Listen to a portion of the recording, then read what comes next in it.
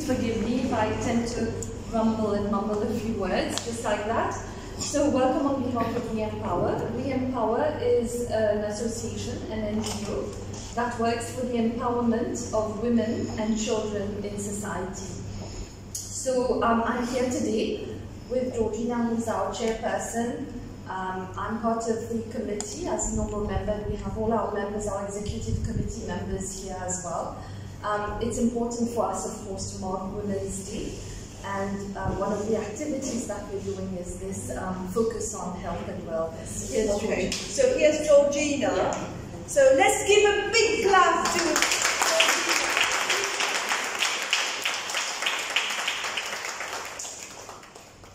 Thank you so much, Adila. So the floor is now yours for the start. What did I miss? What did I miss? Filling the blank. Introducing We Empower has been done by Adila, your team member. Okay, thank you. So I'll just put it on mute. Okay. Good morning, everybody. Good morning, Georgina. Welcome. Thank you. And we're here to talk about something very, very important today: women and our health. And me standing here is also another reason, standing here with my mask, about how important it is to look after our health. Okay, and I'm not going to take too much and embarrass my surgeons who are around, but they know who they are, and I thank them for their patience and their support. I would like to introduce Dina first, because without Dina giving us the venue, and We Empower. Stand up, all the people of We Empower board. Where's my We Empower board?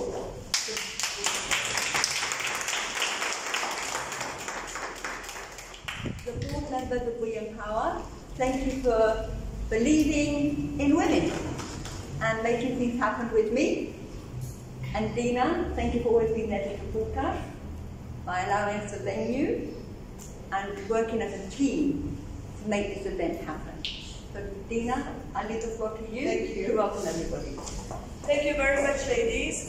First and foremost, I would like to say the credit goes to the Ramna Jita Trust. So I am just a mere worker in the trust that empowers and tries to do what it's meant to do. One of the objectives, amongst others, is furthering the betterment of people in general, and women being something very important. We need to always be there to support our kind. So this is something very personal, but the thanks always goes to the trust, which is the Ramna Jita Trust. We are here today to introduce this absolutely lovely and wonderful lady who is a doctor. So I will just give a brief on her, and then I will give her the floor so that she can talk about what passionates her from her heart. So Isha is also my alma mater. So I will also be speaking a bit in Creole, so that, you know, like what Georgina says, mixed masala. Yes. Alors, Isha, she's one of our laureates. Which year was it? 1995? 2007. Sorry, 2007. You know? So actually, she represents the future, and also a lot of people say that once people get the scholarship, they do not come back. So Isha is here to prove everybody wrong. She's gone out, she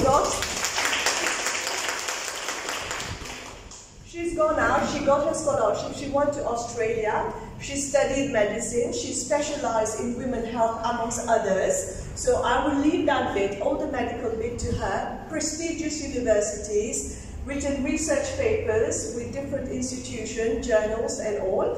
And today she's back to serve her country and her people. So one of the reasons why I believe We Empower was also interested in launching her is because I believe it's part of your mandate and what you do. It's We Empower for women. So basically Isha is here today. Her practice is going to be in Eben. It's also in FLAC. And she's an absolutely amazing person with a very beautiful soul. So we are here to support her as much as we can. And Isha, we leave the floor to you, and we'll let you do your presentation.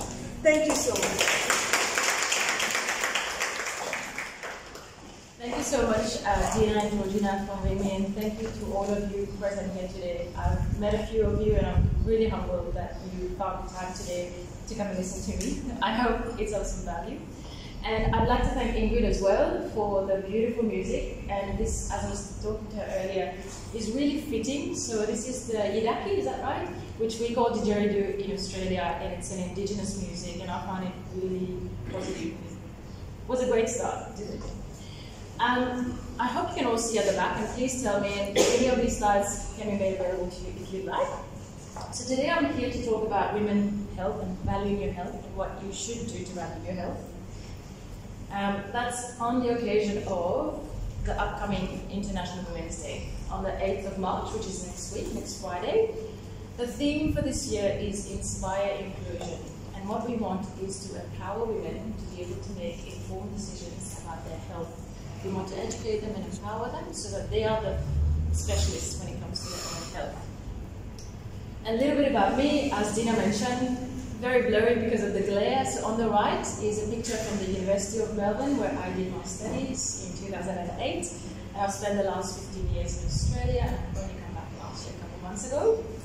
I have specialised in general medicine, so I'm a fellow of the Royal Australian College of General Practitioners. I've got an advanced diploma in obstetrics and gynecology, and I have a diploma in child health. So really my focus is women's health. And a lot of my work back in Australia was looking after women, providing pregnancy care, and I do intend to continue that here in Mauritius. On the right is a picture we took at a farm when we were all farm fruit picking, and they say an apple a day keeps the doctor away. How many apples do you need? Do you need 365 apples? Well, you need to know about your health. So the purpose of the talk today is to understand women's health, to explore some of the challenges that we face as women with our health, especially as entrepreneurs and our health, and to empower all of you and other women to make informed decisions about your health. My next slide is a little bit busy, so I'm going to talk through it. I might go closer to the screen here. This is a systematic review, which was a really high quality research done by a Norwegian group in 2016. They've compared a lot of papers from 1970 to 2013, and they looked at the economic benefits of including women and promoting women's health. So here they said, if you've got poor women's health, si la santé de madame n'est pas solide, et affecté la santé de madame pendant le process, et affecté le pregnancy outcomes, nous gagnons un bébé qui est dans IUGR, ça veut dire intrauterine growth restriction, or small babies. Small babies, when I say small, I don't mean genetically small, I mean small, unusually small, leads to augmentation risque cardiovasculaire, risque diabète dans le futur, decreased cognitive development, intellectual development, decreased educational achievements, decreased labor force participation, which comes back to reduced productivity. They say that if the nation focuses and empowers women's health, that will increase productivity and economic development in the country. So that's just one part of why women's health is so important for a country. Let's go and try and understand it a little bit and why it's important for your success as women entrepreneurs. Before I do that though, I do want to talk about the gender health gap that a lot of us may have experienced at some point in our lives. As I mentioned, women haven't been really well studied, and this research had a few papers that they found where women were really studied well, but the requirement to include a woman in a study was only mandated in 1993. How long ago is that? 25 years ago? Before that, it was not compulsory to have women in research. So a lot of the understanding that we have about disease, how they present, what kind of symptoms they present with, and how we should treat them are about men. And if we go a step further, these are usually privileged men in a developed country, which may not apply to ethnic minorities, etc. So we need to learn more about what affects women. The symptoms might be different. So cardiovascular disease, heart attack, bien commun. D'un monsieur, central crushing chest pain, il est capable de douleur intense. D'un madame, il est capable de fatigue excessive, qui n'est pas capable de crier sur fatigue. Mais peut-être il n'est pas pour une douleur, il n'est pas connu. Peut-être il y a aussi palpitations, peut-être il y a diaphoresis, so sweating a lot, transpiration, perspiration. If we don't know these symptoms and know that women are different the way they experience disease, we might miss very important conditions. Then going back, some conditions are more common and more prevalent in women. So maybe you've heard rheumatism, rheumatoid arthritis, diabetes, thyroid disease, lupus, not to mention some of the specific women health issues that we'll talk about. And these, unfortunately, because they mostly affect women, again, it might take a long time before we eventually diagnose some of these conditions. So women are left without treatment for a number of years. I'm going to ask you, and this is a no judgment place, a show of hand if you've ever been to a doctor. Begin to there. Anyone else? Yeah. So we're often told, especially when it comes to things we cannot see, we cannot measure, that are not tangible, like pain, that it's all in our head, and that we need to take these pills and sleep and rest and not do as much work. So again, pain, affects so many of us and represents, it's just one symptom of many conditions. And being dismissed means that we are often underdiagnosed or have delayed diagnosis. And social determinants, now women are making such progress, I don't think it will be like that in the future. Mais de nature, à Maurice, certainement, nous laisse pas de garçons à travail, laisse pas de filles reste à casa, because we only can afford for one to go to school. So that meant women had poor access when it came to access to healthcare, their finances, their educational potential, and their occupation. I'd like now to talk about some of the specific physical health issues that women face, and you probably all know about this. Menstrual disorders, no-brainer, we all have it every month. And conditions like endometriosis, that we are learning more and more about, polycystic ovarian syndrome, PCOS, irregular bleeding, or any kind of abnormal bleeding, is really common and not very well understood. Or we're told, oh, but c'est normal, you'll be fine. But actually, if this is something that you suffer with for 1 week every month, so 1 out of 4 weeks, that really decreases your ability to function that 1 week. And we're only focusing on the women during that 1 week. It may be that they have symptoms for weeks, 2 weeks before they have their monthly cycles. So we really need to help these women. Menopause, common symptoms, bouffée de chaleur, pain, insomnia, mental health, mood disorders, but again, brushed off and not very well treated. Along with menopause comes bone health. So menopause actually affects a woman's cardiovascular health. Quand madame arrive l'âge de ménopause, il perd sur une protection qui est non avec ce hormone-là. C'est-à-dire qu'il y a plus de chances au risque qu'il y ait un problème cardiovasculaire et sur bone health diminuer. Et plus il y a un risque d'ostéoporose, de tomber, il est capable de faire une fracture. Donc nous adresse tout ça. Autoimmune, I've spoken about. Reproductive health. Bon, pour vous expliquer un peu plus, mais généralement, the responsibility of reproductive health lies with the woman, unfortunately. It's the woman who has to think, when should I plan this in my life? Can I afford these birth control pills? They're incredibly expensive in Mauritius, I found out. And how do I organize my life around this? Along with that comes preventative health, so screening for things like breast cancer, ovarian cancer, cervical cancer. We need to focus more on that. We can go into the details of the medical side, but I want you to know how to manage your health. So, know your body. You are the expert when it comes to your health. You know what is normal and what is not normal for you. You know what's right and wrong. If you think that there's something not right, you need to seek help early. So see your doctor very early and trust in how your body feels. If you don't feel right, you should definitely seek help. Physical measures we'll talk about on and on throughout the presentation, but that's all your exercise, nutrition, avoidance of smoking, alcohol. And we need to really focus on preventive health. Pas des doctor when you're feeling unwell. Allez for a health checkup. Allez to say, hey, I'm not feeling right, but I'm not feeling right in my body, but I also have these other things bothering me. Your doctor or your counselor or your coach can help you. So we want regular breast self-examination, mammography, normalement il y a un guideline qui nous suit à partir de l'âge de 40 ans, cervical screening, bowel cancer screening, and general health checkup. So we do other things, blood pressure and so on. Physical health is really, really important, but so is mental health. 1 out of 5 women are suffering from one of the common mental health conditions, depression, anxiety, stress. I'm not even talking about the other classifications.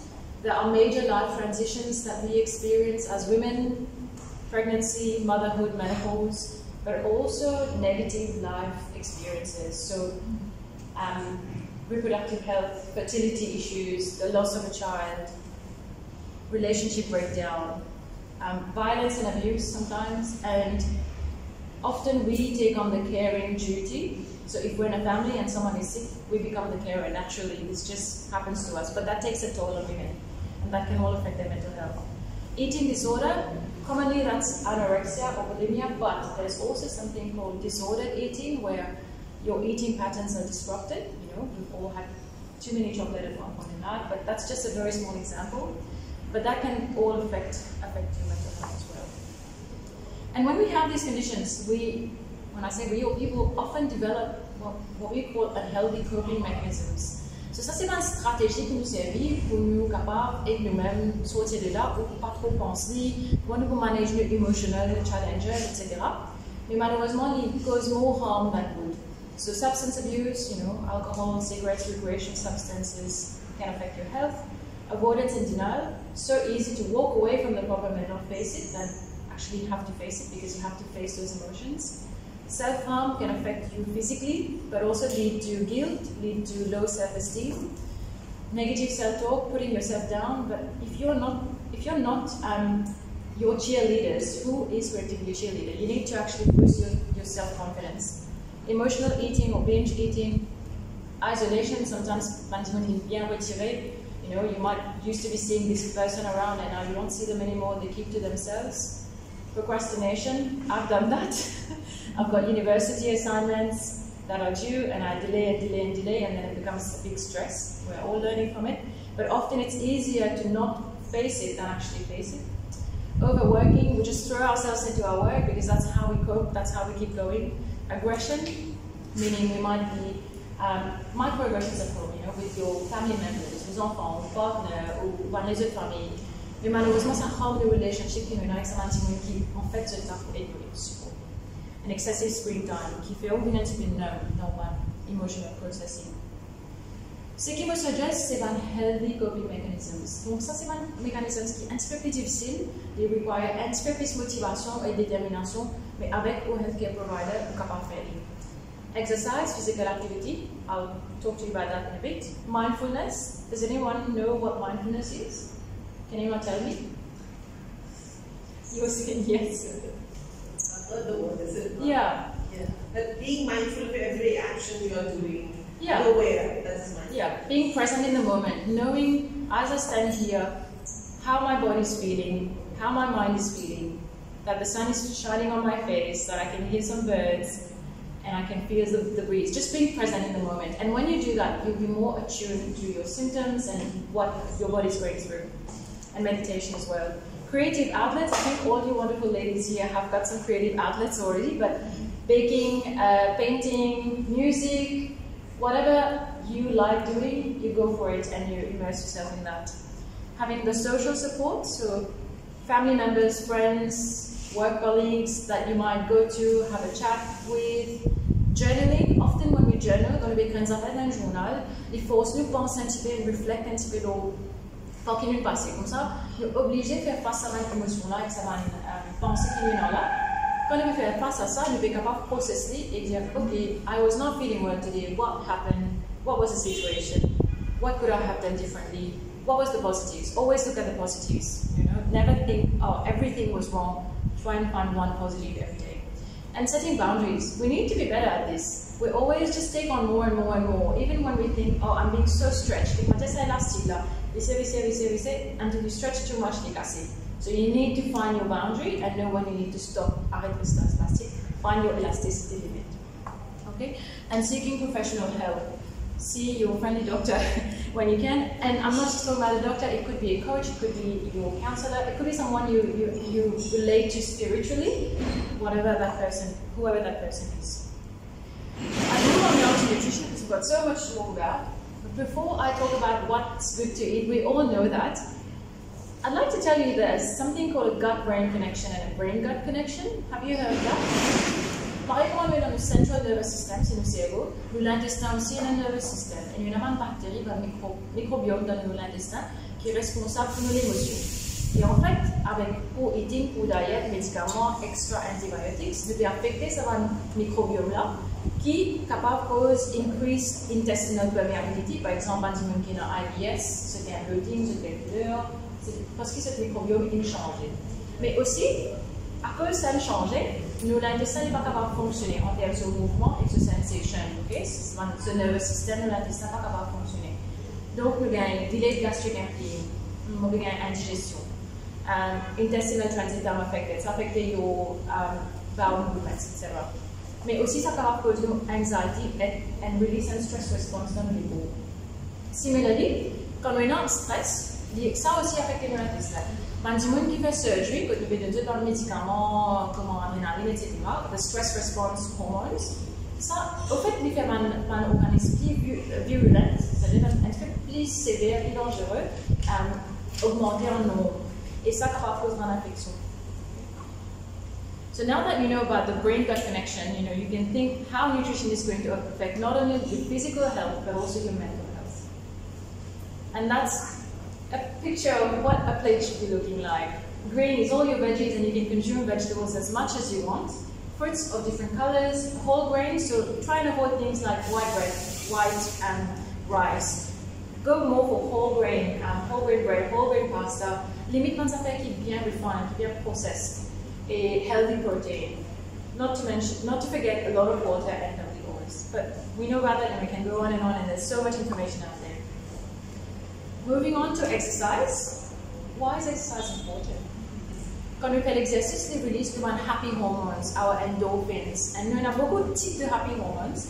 The endorphins, normalement, provide sustained happiness over a longer period of time. Nous sentons moins stressés, less tension, less fatigue. Nous sentons plus energized. We go for a run, nous fatigués. Oh, actually, mon fil là pour faire un travail assez. Fait que nous sentons tellement energized. It's a natural energy boost. You feel a sense of achievement because you put your mind to it and you did it. And when you do that, it brings reward. And you feel more focused, more motivated, you feel less angry, less frustrated. Vous avez faim, donc vous mangez un petit peu plus bien et vous dormez beaucoup plus bien aussi. What's exercise? Recommendation medically is half an hour a day, 5 days a week of moderate intensity. But the best exercise is the one that you can do. Okay? Si vous dites, oh, I'll go tous les jours 30 minutes, you cannot do it. That's not the right exercise for you. So you do what is best for you. Even if it's just the one thing you do once a week, 10 minutes, and that's all you can do. But if you do it, that's your exercise. Okay? And you can slowly build up on it. We are women entrepreneurs, we are time poor, so how can we exercise? Est-ce que nous allons à la gym? If you'd like to, you can. But you can have free videos online, there's so much, and I can give you a list of, well, one that I really like.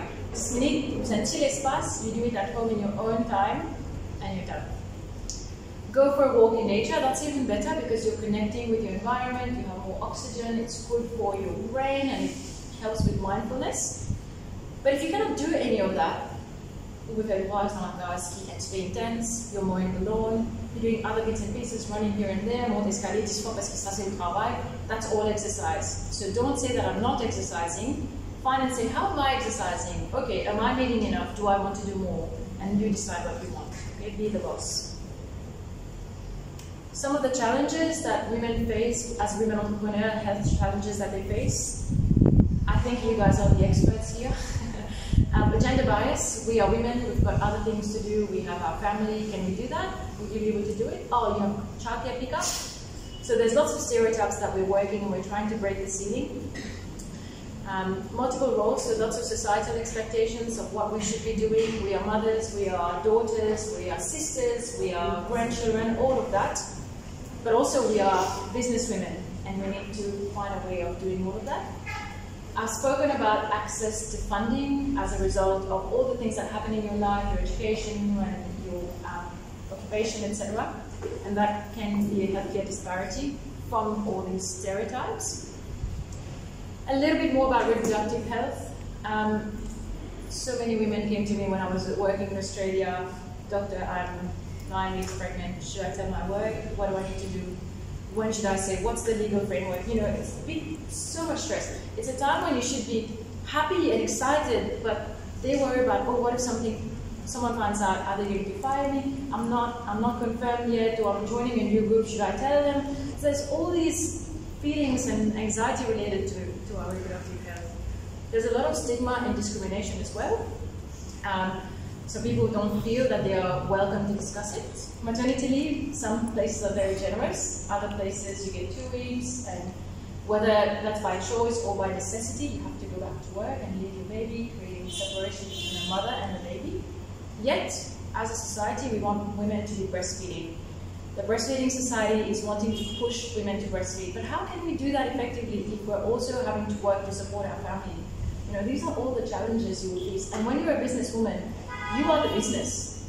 I mean, if you don't work, the business is not working. So the more time off you take, that's got to play a role in your mental health. And childcare challenges. Childcare is expensive overall. And if you've got one child, okay, if you've got a couple, that's why you see some people decide to delay their return to work because it's more cost effective to stay at home, look after the child, than actually go to work. So as business people and as, you know, companies, what can we do to help these women? We need to find more family-friendly work policies by not only allowing flexible working arrangement for the woman, but also for the partner. You know, having a supportive partner is really wonderful. I had my husband stay at home for about 5 months because he had long service leave, which was amazing. And I mean, even going the extra mile, I would really hope in the future we can provide childcare services next to your work.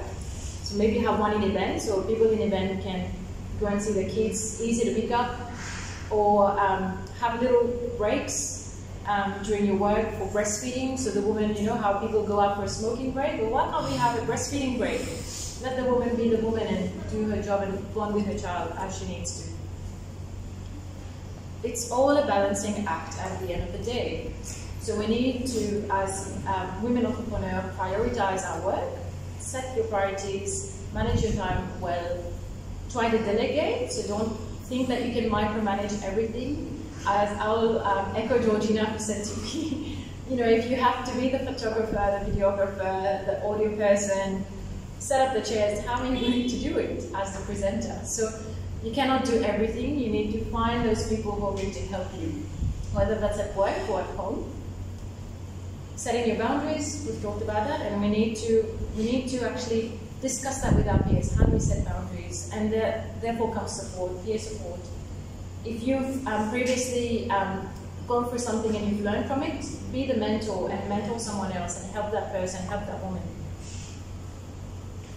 Stress management, so self-care rituals, that might be anything from doing your nails, your hair, to going to a spa, or just having time out, 10 minutes, I want to watch a movie, or I just want no one to speak and I'm going to sit quietly. Whatever you like that will make you feel happier and better about yourself, you try and find that time to do it regularly. Mindfulness, so try and practice mindfulness. When you're out, you're walking on the grass, try and feel how the grass is feeling under your feet. Try and connect with your environment and be present in the moment. There are some exercises you can do, and we go through that in sessions sometimes. So deep breathing, just by doing that, you're changing the stress hormones in your body and flushing out that stress response, the fight or flight response, flushing out the adrenaline, and you're relaxing yourself. Aromatherapy, we've got a diffuser going on in the other room at the moment. Progressive muscle relaxation, so you tense everything, every muscle, and then you suddenly relax one at a time. So you go relax, relax, and as you're doing that, you'll start to feel a bit relaxed. Journaling, we've talked about counseling, time with your loved ones, really prioritize that. Sometimes we say we've got too much, or it's so busy, and before you know it, months have gone by and you haven't had quality family time. Mental health, the way you build resilience is by helping your brain work as well, you know, doing quizzes and having a sharp mental focus. And celebrate achievements. We often focus on the negative, but we should celebrate all the positives as well. Show of hands, how many of you identify with this? Est-ce que je téléphone comme ça tout le temps? Okay. How many identify with this? My phone's always down. Anyone? Yeah. And whose battery is always charged? I actually want to know that. Oh, really? So you're already doing very well. That's what we should be doing. We never let our phone die. We always are on charge. So we should do the same for our health as well. The last little bit is how to empower women through health. Educate, advocate, empower. Health education, meetings like this, workshops at your workplace. Having regular checkup with a doctor, you know. You go to a hairdresser, you make an appointment with your doctor just to go through things.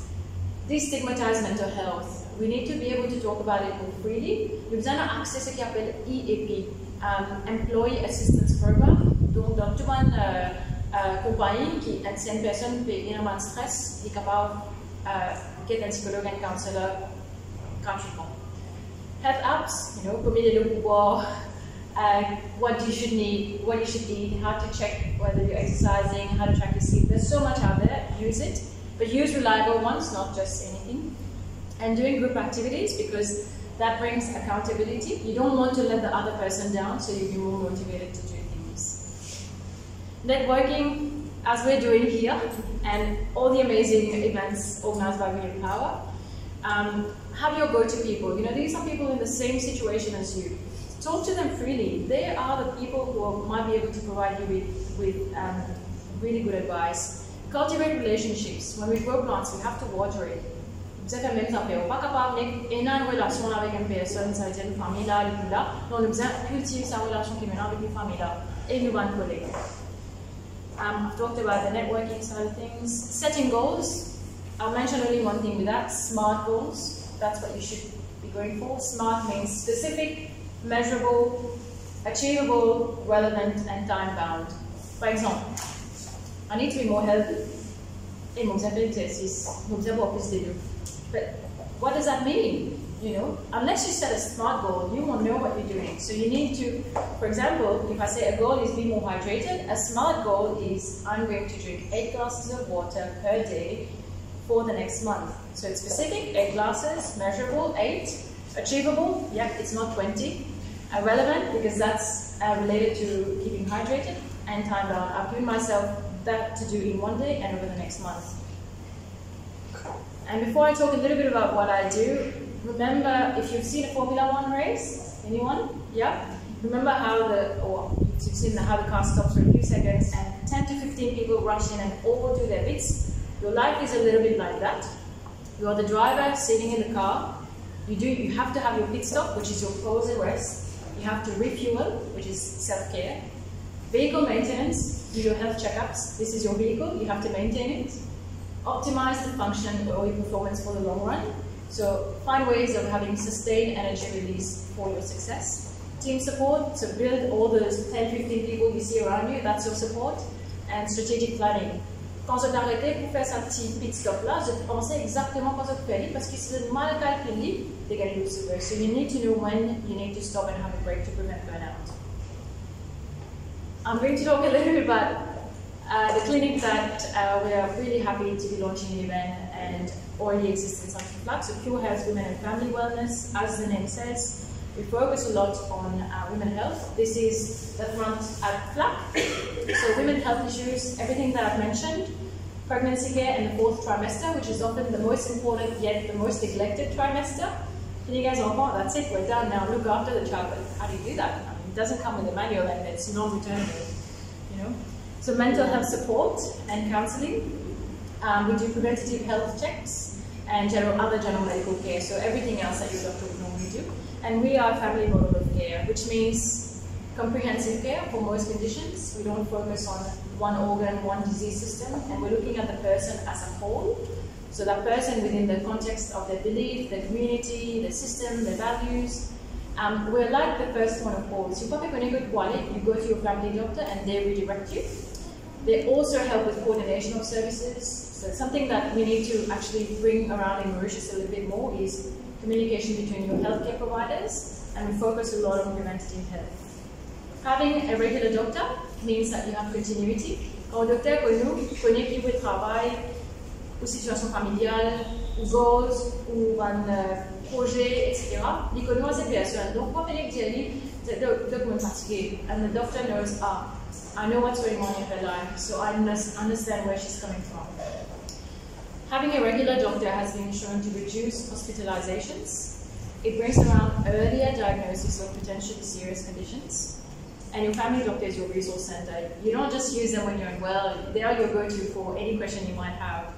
I do want to show a video, but I wonder whether I'll show that at the end, just to not interrupt the way this is been set up here. I'll do that in the background, and you'll understand. It's from Australia, and it shows you what a family doctor is. It's a 2-minute video.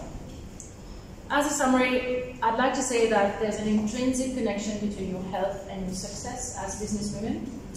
Health not only means physical, but it's also mental, emotional, social, and financial health. Prevention is really key. You need to focus more on that. And without your health, there is no you. Without your health, there is no car, there's no driver, there's no pit stop. And without you, there is no business. And on that, I'd like to thank all the members from We Empower, especially Mrs. Georgina Ragavan, who has been really instrumental in making all of this happen today, and she's been a motivating force for me for sure, as well as Mrs. Dina Jita, who is absolutely wonderful and gives a platform to all of you wonderful women and really helps all of us. These are our role models. These are the people we look up to. We should thank them so much. And before I forget, I'd also like to thank my parents and my husband and my family, who are my biggest supporters and cheerleaders, and my 2-year-old son, because he is the one who taught me about work-life balance by force. On that, thank you so much for your attention. I hope you found this useful, and if you have any questions, please come and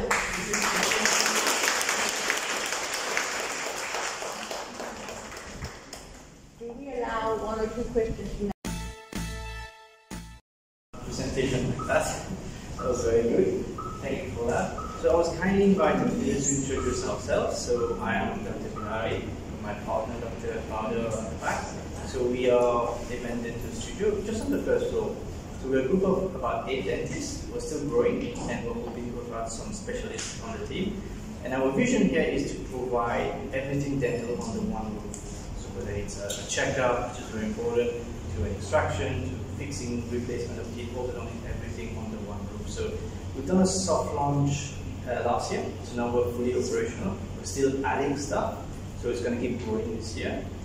So I won't take too much of time. So that's all the stuff that we do, but the main focus we have is prevention. Okay? And prevention, I think, so this is anything. I came from Australia, I'm from here, and I find that a lot of times people come in to tell us the problem. You see the clean one, just got pain and they fix it, because that's sort of expected. And when I'm telling patients, okay, no, we're not done, let's just have a chat for 15 minutes, let's see what else is happening. Not just fix your problem, let's find how you got the problem, let's see how we're going to prevent the problem. I'm not sure if that's done as much, but we're going to be focusing a lot on that. So if we've got to fix stuff, we fix it. But we want to create an environment where everything is about prevention first, okay? And actually we're very excited that we're going to have a medical doctor downstairs, so if you've got any problems, just that'll be pretty handy. So that's pretty much, I mean, if you feel like it, you can just go upstairs first, or just have a visit, see the facilities. It's probably going to look even better in a few months when we finalize everything, but it's still fully operational. Okay? Well, do you have a dentist here if you want to ask any question, if I may, Dr. Vicky? I think they're going to serve refreshment